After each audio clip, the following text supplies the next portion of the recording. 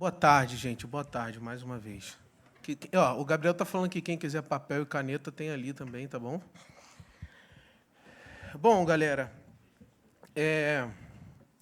eu vou tentar interagir mais também, né, para a gente não ficar tão imerso em leituras e tal.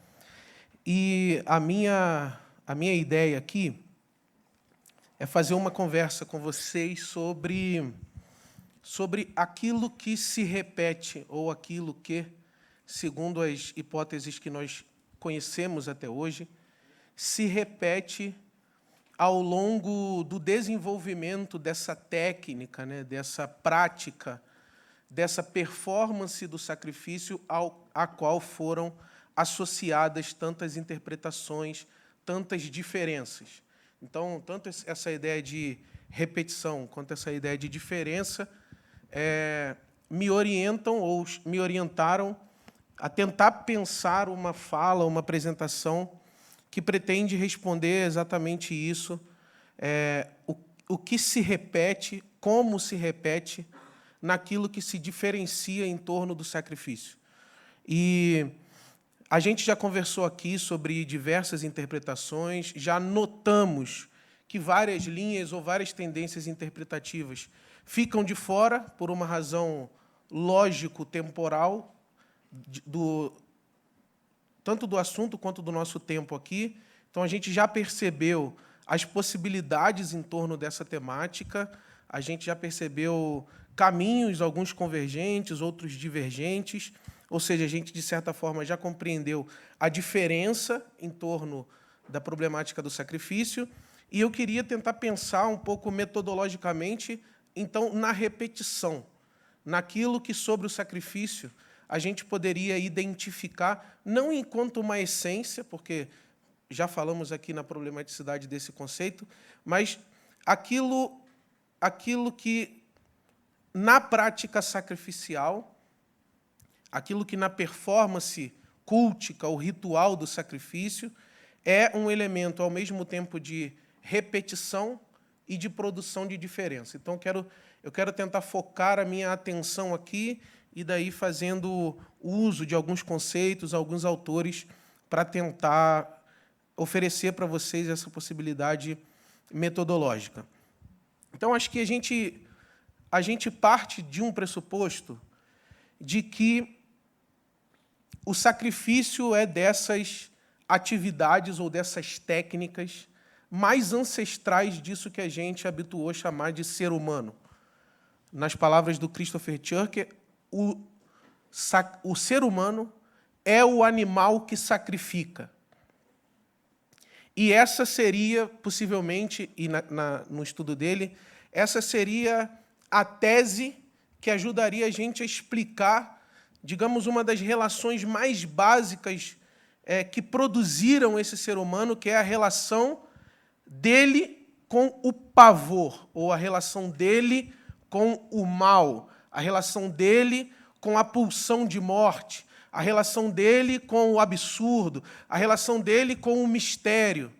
Para o Christopher Tschircher, o sacrifício ele é uma técnica que se desenvolve e aparece de forma, ele vai chamar, né, de forma racionalizada e autonomizada ao longo do processo pelo qual o animal humano passou até produzir uma consciência dele, uma consciência da diferença, uma consciência do mundo, uma consciência que a gente deu o nome mais futuramente de sujeito, de eu, de self, de ego, o que quer que seja, nesse sentido de que esse núcleo, essa consciência, essa racionalização aparece como resultado, né, ou como produto da repetição de rituais sacrificiais. Então, quando Christopher Tschircher tenta explicar o que é que se repete no sacrifício, a primeira coisa que ele diz é: repete-se no sacrifício esse tipo de agenciamento que o corpo, o animal precisou fazer para dar conta do terror. No entanto, nessas teorias, terror, pulsão de morte, pavor, mal, não são elementos assim moralizados. São, digamos, negatividades, são irracionais com I maiúsculo, diante do qual esse ser humano primitivo teria sido provocado, estimulado, e foi na tentativa de equilibrar, de certa forma, vou usar uma expressão mais associada à política, né? Governar esse caos, esse trágico, esse pavor, usar um conceito do Rodolfo Otto, foi numa tentativa de governar esse pavor e de, ao mesmo tempo, deixar esse pavor produzir as diferenças da vida, que o ser humano produziu aí esse rito conscientemente. Essa teoria ou essa tese não aparece apenas no Christopher Tschircher, mas aparece nele como uma tentativa de explicar, digamos, um hábito,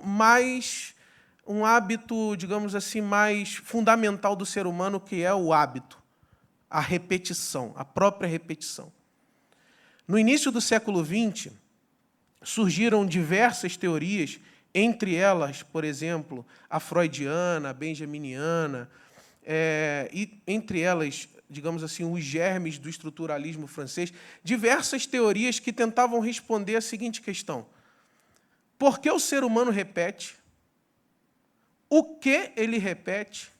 Como ele repete? Para o Freud, por exemplo, por que o ser humano repete no sonho as experiências traumáticas do cotidiano? Que dispositivo é esse? Que mecanismo é esse que, na consciência humana ou no aparelho psíquico humano, produz repetição?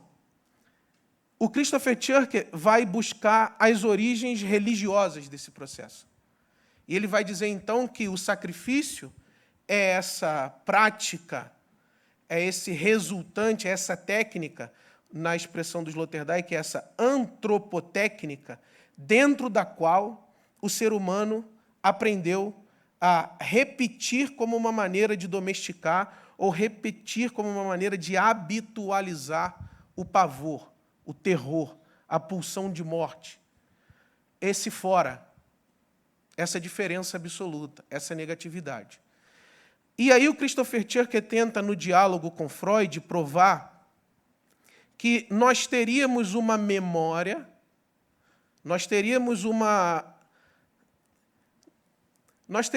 espécie de marca na consciência, ou uma espécie de marca no aparelho psíquico, que já remete ao sacrifício enquanto técnica de gestão do pavor, ao sacrifício enquanto técnica de gestão da morte.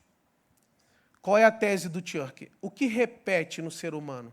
Repete no ser humano uma memória traumatizada. E porque repete no ser humano uma memória traumatizada, repete nessa memória o sacrifício como fundador da cultura, ou o sacrifício como fundador da comunidade, ou o sacrifício como fundador da política, ou o sacrifício como fundador da linguagem, vai depender de como é que você se posiciona epistemologicamente nessa confusão. O que eu quero trabalhar de resto é justamente isso. O que resta? Para o Freud, resta o trauma, no fundo de tudo. O Tschircher vai dizer, o trauma já é memória de um tempo em que esse animal humano sacrificava como uma tentativa de habitualização, de normalização, de racionalização da morte. Sendo que é importante que a gente, em momento nenhum,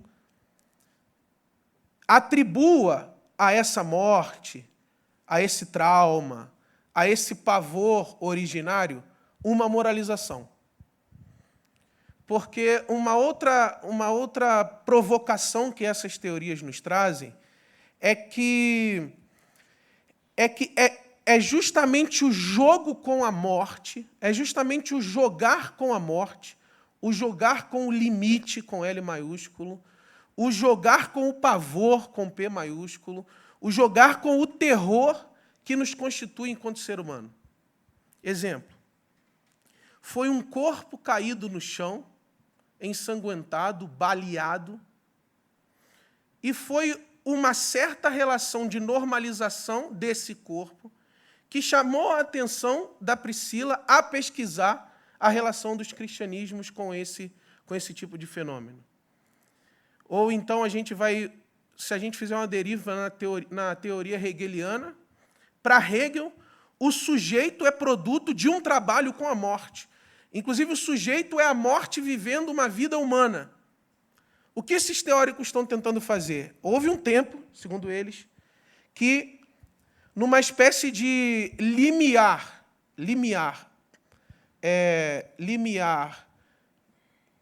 arqueológico, o ser humano, através do sacrifício, conseguiu uma técnica. Resultou do seu encontro com a morte uma inteligência. Resultou do seu encontro com a morte uma criatividade. Resultou do seu encontro com a morte um rito. E seria, então, a partir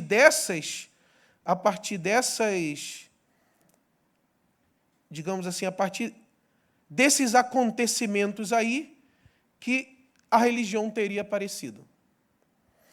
Então, quando no início do século XX, um teórico que não é qualquer, é o Freud, ou o próprio Benjamin, e outros, muitos teóricos que tentam fazer esse mesmo tipo de reflexão, se perguntam, o que repete é necessariamente a morte, e o que repete é a capacidade do ser humano de encontrar uma técnica de gestão ou de tratamento da morte, sem que a morte aqui seja, obviamente, moralizada como boa ou como ruim, afinal de contas, ela nos é, obviamente, inevitável.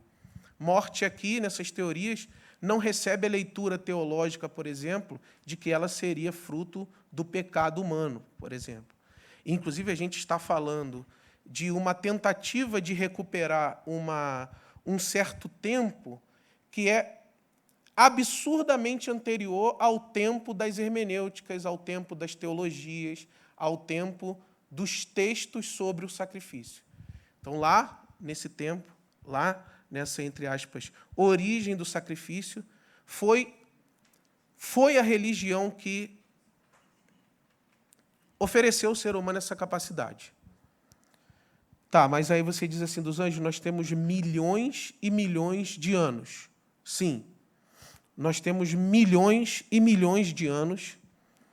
E provavelmente, se você der um Google nos últimos debates políticos a respeito da racionalidade política que rege a cultura no Brasil, você ainda vai encontrar temas de natureza ou de fundo expiatório, substitutivo, penalizante. Provavelmente, se você der um Google aí nas últimas análises de conjuntura sobre a política brasileira, você vai encontrar esse conceito, essa palavra, essa ideia, de certa forma, tentando explicar o que é que estaria acontecendo com a sociedade que tem se voltado a mecanismos de gestão da morte, entre aspas, tão ancestrais ou tão arcaicos. Ou seja, nós estamos falando ao mesmo tempo de milhares e milhares de anos atrás e falando ao mesmo tempo do agora. E perguntando por que o ser humano ainda investe nesse tipo de técnica mítico, mágica, para lidar com a pulsão de morte, com o pavor, com o terror. Por que ele ainda investe nesse tipo de hermenêutica, por exemplo, para lidar com o próprio sofrimento psíquico? Por que ele ainda investe nesse tipo de técnica para lidar com a própria experiência religiosa? E uma das teses é que o ser humano continua investindo no sacrifício, seja como um diagrama, um dispositivo epistemológico, seja como uma hermenêutica, seja como uma prática ainda, uma performance de corpo, porque não se pode frear, não se pode conter a pulsão de morte. Não se pode conter a morte. Pode-se teoricamente, fingir que ela não existe, como é a experiência da maioria de nós ocidentais, que tem uma relação um pouco complexa com essa experiência. Mas essas teorias vão dizer, olha, o ser humano continua investindo nessa racionalidade sacrificial porque ele continua tendo o mesmo problema primário ou original, que é lidar com esse estranho. O Rudolf Otto, que é um teórico protestante, ele fez uma aposta no interior desse dilema. Ele falou, religião é isso, minimamente isso. Religião é um agenciamento com a morte, um jogo com a morte. É uma forma de racionalização da experiência que se mantém aberta a essa irracionalidade mais absurda de todas. A finitude, né? Ou o limite. E o que é interessante nessa reflexão do Rudolf Otto, ou nesse conceito do Rudolf Otto, é que ele tentou, inclusive no início do século XX, ele tentou produzir um conceito através do qual se pode acompanhar a repetição. Um conceito através do qual, ao invés de discutir a singularidade de cada uma das traduções e das diferenças, aquele que estuda a religião, aquele que pensa a religião, possa acompanhar, entre aspas, o ontológico político da religião. E para o Rudolf Otto, também, o ontológico da religião, ou ontológico político da religião, porque essa reflexão sobre ontologia ela tem muito a ver com o funcionamento das nossas relações. O ontológico da religião também é uma relação com o pavor. Inclusive, é o que ele chama de mistério tremendo, né? E, inclusive, há uma discussão sobre... Aí os nossos irmãos linguistas devem investigar mais nisso. Há uma discussão para que se evite transformar esse tremor, esse tremendo, esse pavor, num mero sentimento tal como o medo. Porque o que a teoria quer fazer é distinguir a representação religiosa do seu excesso, digamos assim, negativo, ou do seu excesso produtivo. Pavor não são as representações que nos causam medo. Pavor é aquilo que nos causa a relação com o absolutamente fora. E por não ter encontrado até hoje uma técnica não mágica, não mítica de relação com esse fora, o ser humano continuaria investindo no sacrifício.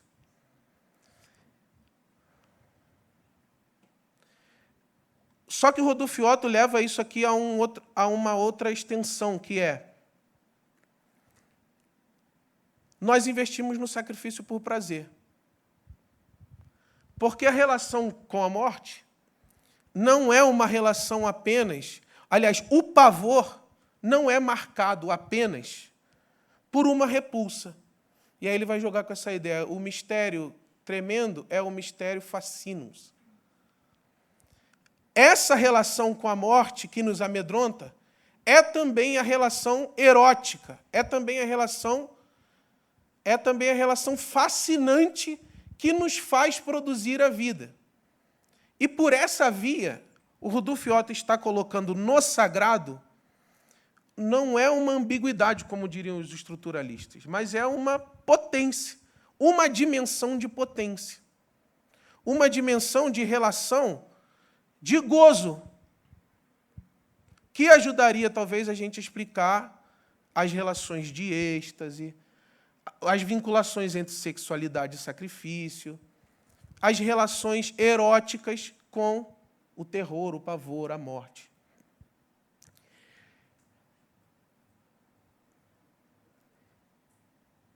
Então, se a gente pensar no sacrifício, segundo essas construções, na minha leitura, a gente consegue resguardar uma dignidade à religião. E a gente consegue oferecer análises como estas que Caio, Giordano, Priscila e vocês fazem no cotidiano, as análises como essa, uma posição de dignidade epistemológica e de dignidade política perante não apenas os fenômenos empíricos e sociais da religião, mas perante a própria produção de pensamento e produção de alternativas de pensamento no mundo. Esses teóricos protestantes, que são lidos no Brasil como uma ameaça liberal à Igreja, estavam, no fundo, querendo oferecer ou produzir dignidade epistemológica à religião em seus espaços de produção. Isso nos ajudaria, talvez, a, do ponto de vista da religião, explicar por quê que cientistas políticos estão recorrendo à temática do sacrifício, por que psicanalistas estão recorrendo à temática do sacrifício, por que psiquiatras estão concorrendo ou disputando a temática do sacrifício, porque é que os diversos espaços hermenêuticos e culturais da nossa sociedade estão lançando mão de categorias religiosas tão fundamentais para tentar interpretar o sofrimento humano e o sofrimento social na nossa contemporaneidade. Aí aqui eu evoco para vocês um exemplo muito importante que já apareceu aqui de certa forma, que é, por exemplo, a forma como o Achille Mbembe, que o Emiliano já citou aqui hoje de manhã, vai fazer a relação entre sacrifício e raça. Uma pergunta que deveria perturbar religiosos é: por que provavelmente um dos maiores críticos da problemática racial da contemporaneidade opta com tanta clareza pelo uso de uma categoria proveniente desses nossos espaços aqui de crença e de fé? É apenas de uso metafórico?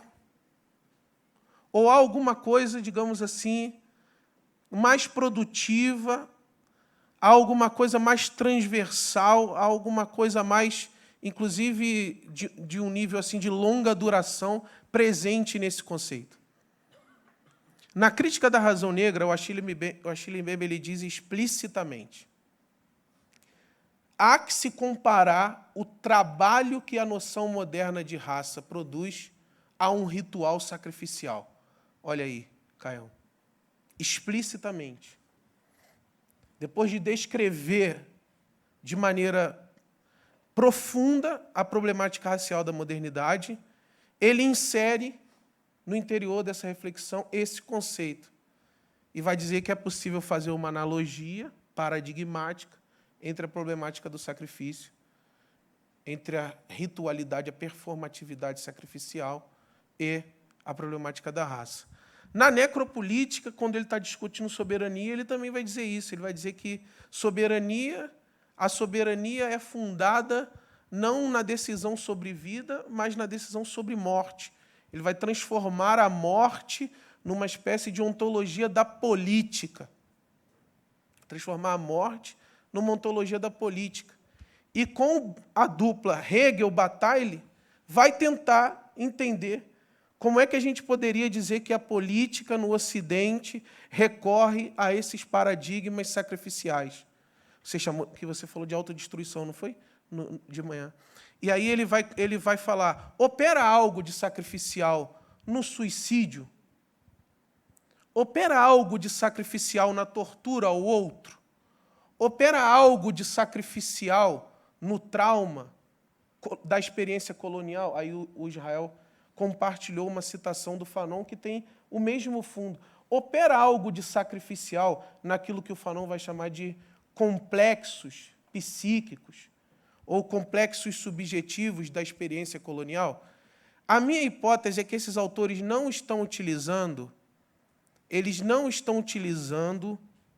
o sacrifício aqui naquela visão, digamos assim, simplista que a gente tem da memória, ou da metáfora, desculpa.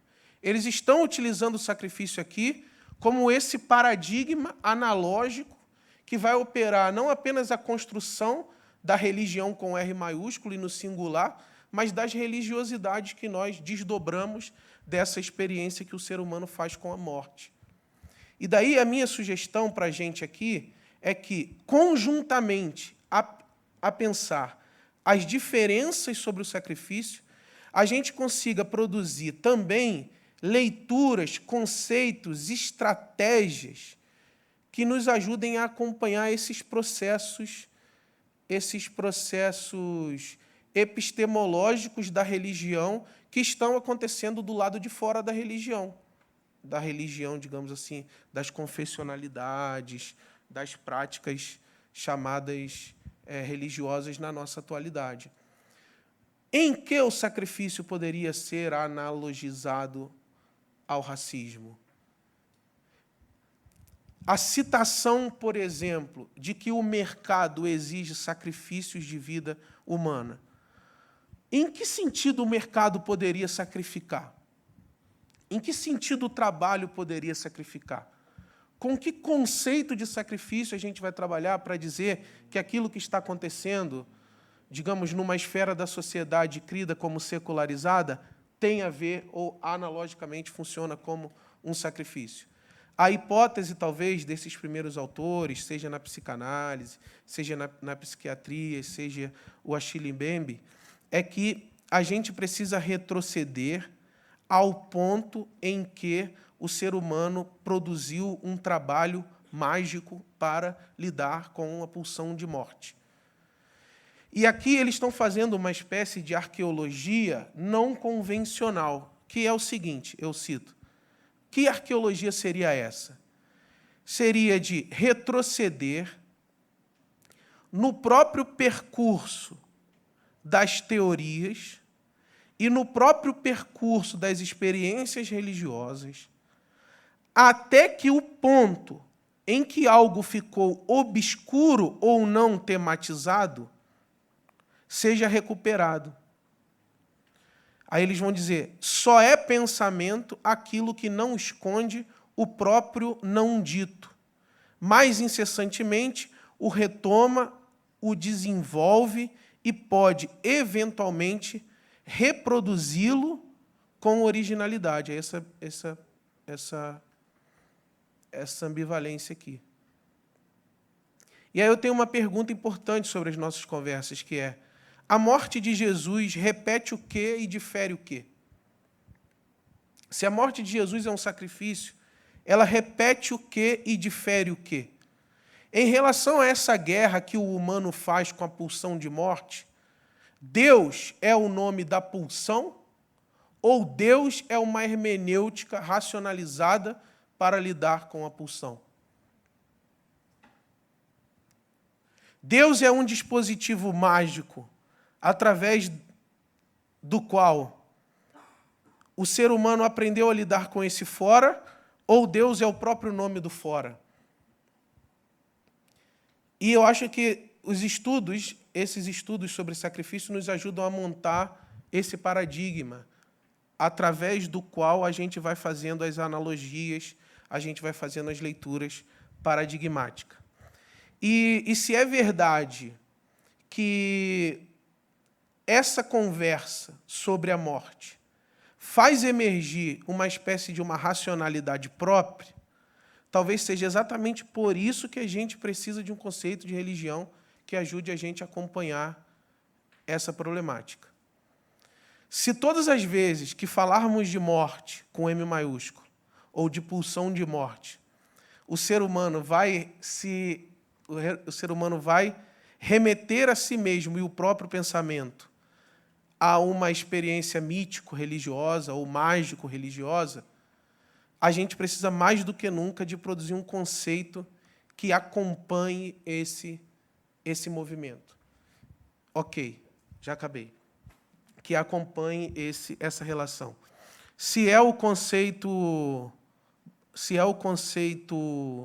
do sagrado, se é o conceito do Achille Mbembe, conceito de morte com M maiúsculo que vai pulsionar as políticas, se é o conceito de trauma, se a gente vai trabalhar a religião como trauma, se é o conceito de rito, se religião é profundamente isso, e se isso é profundamente aquilo que faz uma ponte entre razão e não razão, consciente e não consciente, hermenêutica e subjetividade. Esse é um pouco o nosso desafio. E eu sugiro esse desafio porque eu acredito que nós estamos manejando o agenciamento que o outro usa para lidar com o pavor. E essa é uma tarefa muito poderosa.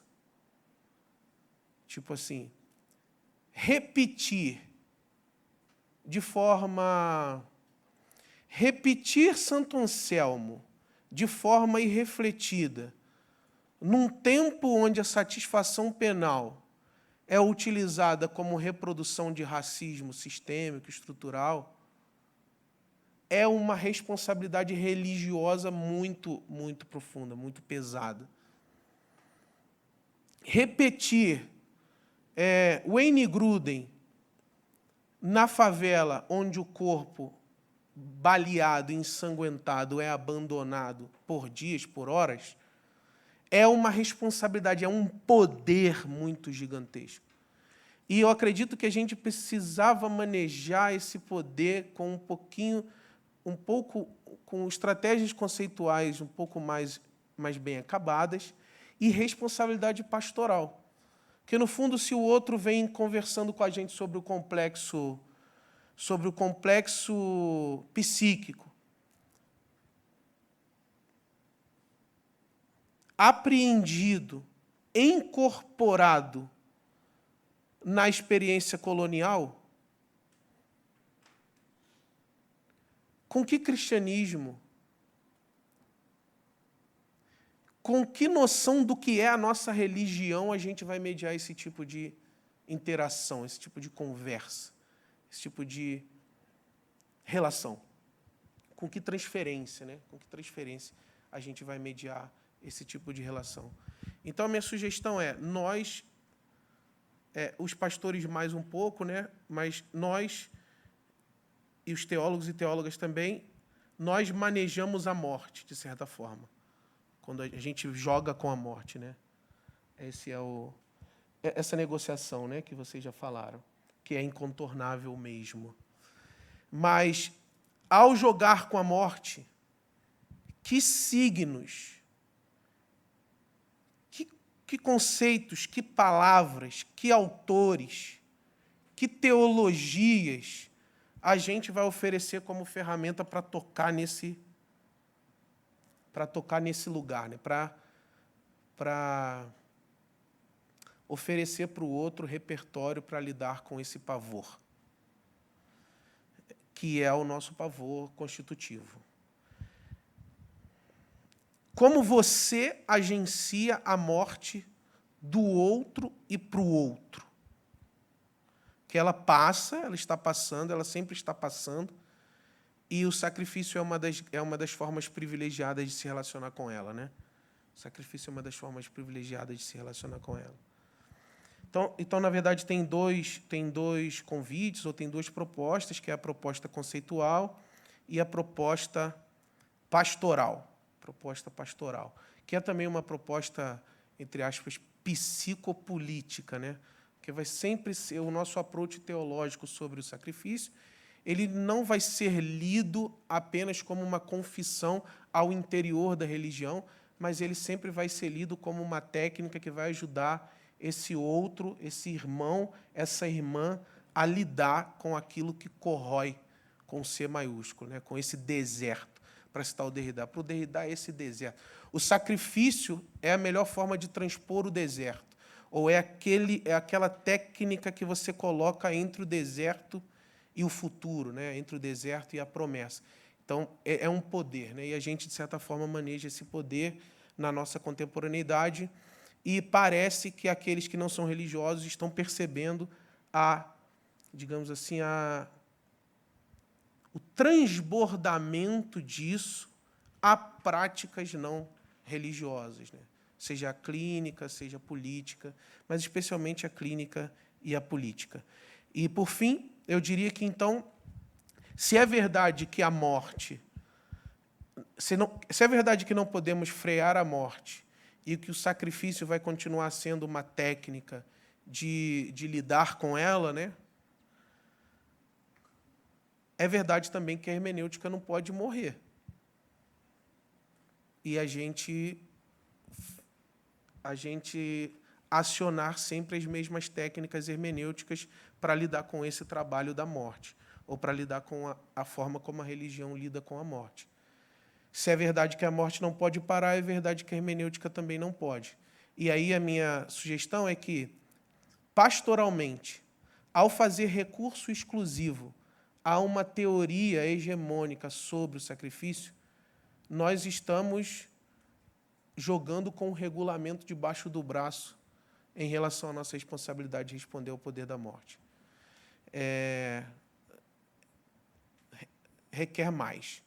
Porque se, ao mesmo tempo, o ser humano não para de produzir diferenças, novas formas de sofrer, ele também não para de produzir um grito, um desespero, uma agonia em relação ao pavor.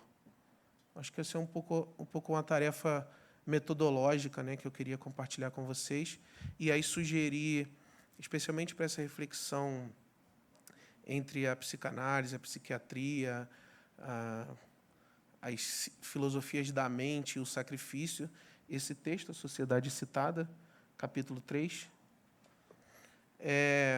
Queria sugerir também o Hiperativos, que é uma reflexão sobre o déficit de atenção, e tem um capítulo inteiro sobre essa relação entre o déficit de atenção e o sacrifício, muito sensacional. E sobre essas relações entre o sacrifício e a problemática racial, o texto A Crítica da Razão Negra, do Achille Mbembe, que, em alguns momentos ali, ele vai trabalhar essa relação entre política de morte e o sacrifício. E aí, é claro, o Emiliano e o Gil e o Malu ajudam a gente a desdobrar que cristianismo é esse do qual o Achille Mbembe está fazendo menção nessas obras, que hermenêuticas são essas, que relações teológicas esses cristianismos fazem com a morte. São coisas que a gente precisa desdobrar. E são coisas que dizem respeito também ao nosso Brasil, né? Que decidiu, inclusive, ter uma relação sacrificialista com a presidência da República, dizendo que ele é um dos escolhidos, um dos enviados, um dos messias possíveis para solucionar uma suposta ditadura comunista, uma suposta ditadura gay, qualquer mal que seja esse identificado segundo as hermenêuticas teológicas do nosso tempo. Então é isso, gente. Agora a gente vai para aquela parte lá de levantar mais problemas e perguntas e eu quero agradecer a atenção de vocês por esse tempo. Valeu.